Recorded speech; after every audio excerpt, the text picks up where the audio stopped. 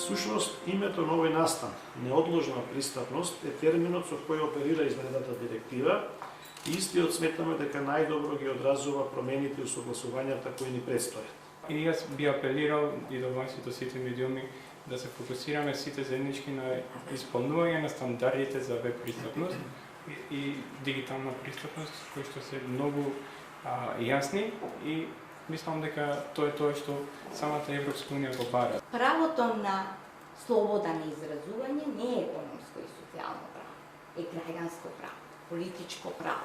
Ваши и наши, тоа покажа дека има голем јас и се делиме на две групи на општество, значи не припаѓаме на исто општество.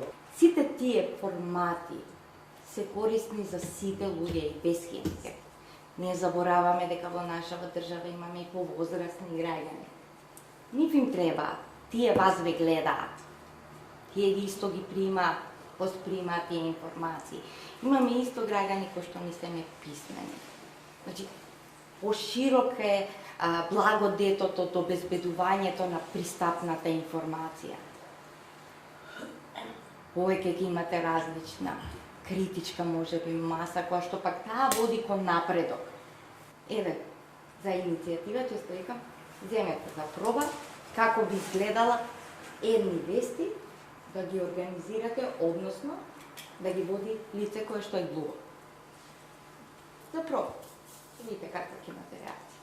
И ние како индивидуалци, како даватели на услуги, сакаме тоа да го оствариме. Го отпочнавме, меѓутоа поддршката во ресурси се обративме до повеќе институции, до повеќе, да речеме, еве приватни компании, сето тоа заеднички да го реализираме, меѓутоа нели немавме баш некој успех во позитивен, да речеме, одговор. Тоа некако заеднички да го направиме. Новите технологии ќе мора да ги вградувате во вашата работа, која што секако бара и пари, бара и надградба на знаење, на персоналот и така натаму.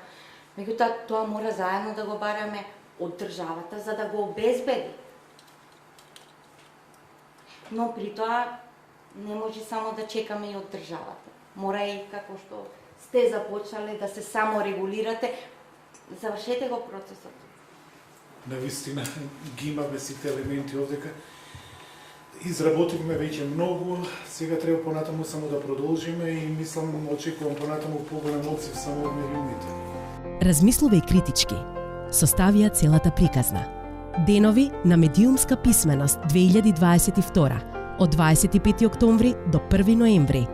Дознај повеќе на www.mediumskapисmenost.mk.